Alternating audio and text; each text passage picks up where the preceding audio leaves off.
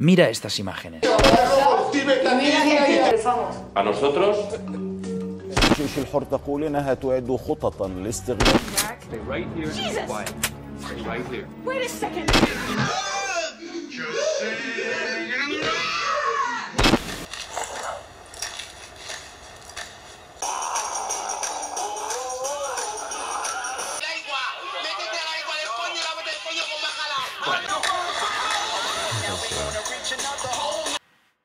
¿Tienen una influencia negativa en los demás? A la gente no sé, pero a los pequeños sí. Demasiada violencia y para niños de 10 años que juegan a estos juegos, pues tampoco es conveniente que jueguen. Depende de la persona, creo, si está preparada o no, porque si no tienes una base sólida te puede influenciar, pero si no, yo creo que tranquilamente puedes verlos. ¿Y en ti? No, a mí no me influye. Lo veo como algo artificial, ¿no? Algo ficticio, ¿no? No, yo creo que no. ¿Qué va? No, por suerte, no los veo. En la sesión anterior hablamos del efecto tercera persona y cómo tendemos a percibir mayores los efectos de los medios en nosotros que en nosotros mismos. La violencia verbal o física, la publicidad. ¿Hay que censurar los contenidos? A ellos les afecta, pero a mí no.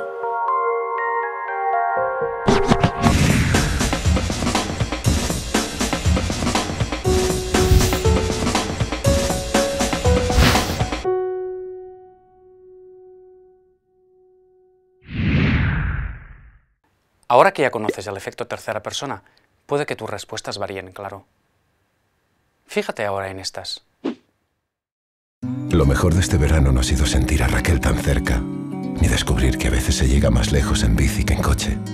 Tampoco aquellas excursiones en las que perderse era la manera de encontrarse, ni siquiera esa sensación de no saber qué día era.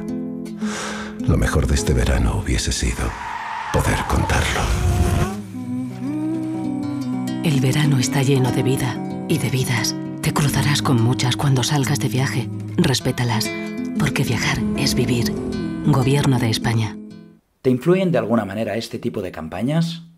A mí creo que sí, creo que pueden influir, sí. Sí. Y más si se presentan como aquí con niños y todo esto más sensible, pero sí que pueden influir. Bueno, sí, yo creo que sí, porque la gente, normalmente los amigos siempre dicen, me gustaría dejar de fumar, quiero beber menos, pero al final no, sirven un poco para que te sientes un poco culpable. ¿Crees que la gente se sensibiliza realmente contra la pobreza infantil? ¿Que se pone crema solar y que deja de fumar? Cuando nos exponemos a contenidos considerados indeseables, los más afectados son los demás. En cambio, cuando nos exponemos a contenidos considerados positivos, los más afectados somos nosotros mismos. Es el llamado efecto primera persona. ¿Cómo se explica esta diferencia? ¿Por qué creemos estar más protegidos que los demás de la influencia de los medios cuando sus contenidos son percibidos como negativos? ¿Y por qué consideramos que somos los más influenciados cuando estos son positivos? Es evidente que nos encontramos no ante un efecto directo de los medios, sino ante un efecto indirecto. El efecto no es en los demás. En los demás lo suponemos. Pero el efecto indirecto es en nosotros mismos y en las conductas a las que nos lleva la diferencia percibida en la influencia de los medios en los demás y en nosotros mismos. Algunas de las explicaciones que se han ofrecido del fenómeno son el sesgo optimista y el enaltecimiento del yo. El sesgo optimista es la creencia de que es más probable que algo malo les ocurra a los demás que a nosotros mismos, y está extendido en gran parte de la población. Y el enaltecimiento del yo es el mecanismo psicológico que lleva a diferencias en el juicio de los efectos de los medios en los demás y en nosotros mismos.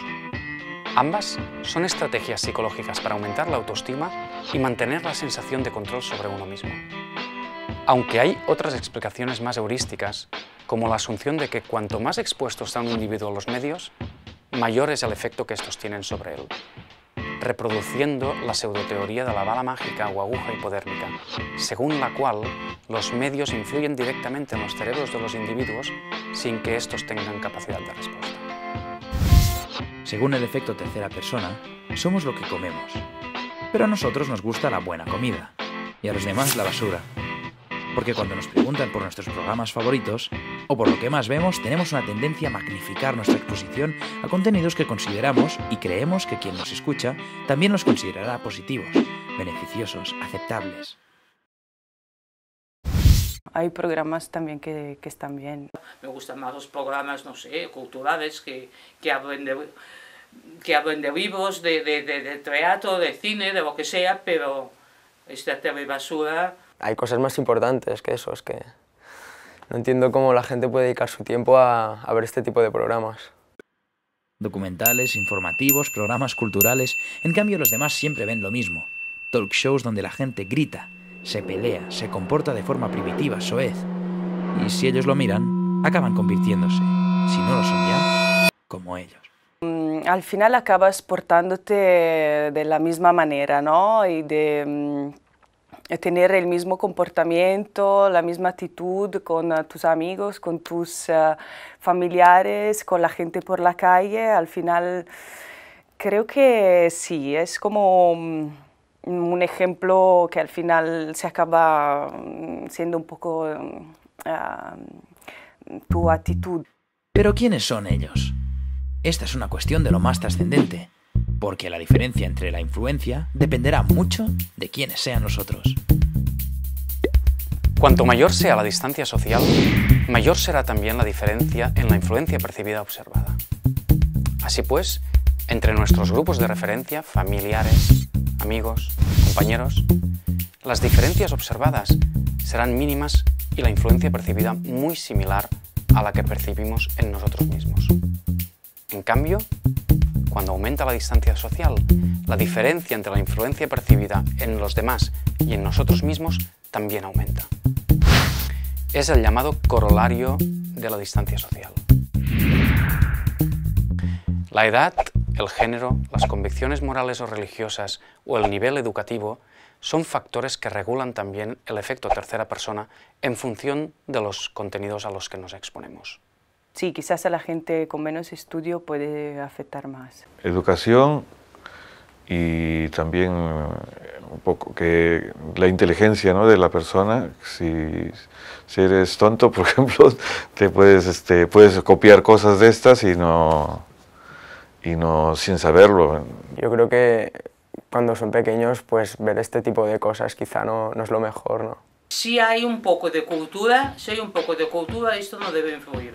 Tras conocer mejor las características del efecto tercera persona, ahora nos toca comprobar cómo afecta a nuestro comportamiento, lo que es conocido como el componente conductual. Es lo que veremos en el siguiente apartado de este curso. Hasta pronto.